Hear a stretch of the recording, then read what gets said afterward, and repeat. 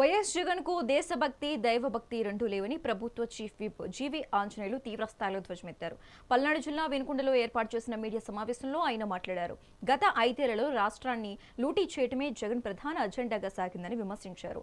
తిరుమల లడ్డూ నాణ్యత విషయంలో సిట్ నిర్ధారించిన వాస్తవాలను ప్రస్తావిస్తూ భక్తుల మనోభావాలు దెబ్బతీసినందుకు జగన్ వెంటనే క్షమాపణ చెప్పాలని డిమాండ్ చేశారు.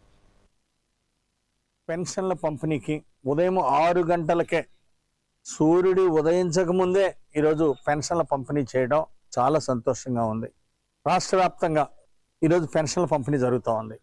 1వ తారీఖు సండే వచ్చిందని, హాలిడే వచ్చిందని ఒకరోజు ముందే 31వ తారీఖు ఈరోజు పెన్షన్ల పంపిణీ జరుగుతూ ఉంది. ఇది ఎన్డీఏ ప్రభుత్వం కాబట్టి ఎన్డీఏ పాలనలో ఏ విధంగా ఉందో ఉదయం 6 గంటలకే పెన్షన్ ఇవ్వటం, ఒకరోజు ముందుగానే పెన్షన్ ఇవ్వటం అనేది ఈరోజు లబ్ధిదారులందరూ కూడా సంతోషపడుతున్నారు.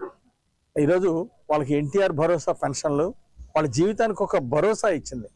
రాష్ట్రంలో 63 లక్షల మందికి ప్రతి నెల పెన్షన్లు ఇవ్వడం ఎంతో ఆనందం. 33,000 కోట్లు సంవత్సరానికి పెన్షన్ల మీద ఖర్చు పెడుతున్నాం. ఈరోజు సూపర్ 6 పథకాలు సూపర్ హిట్ అయినాయి.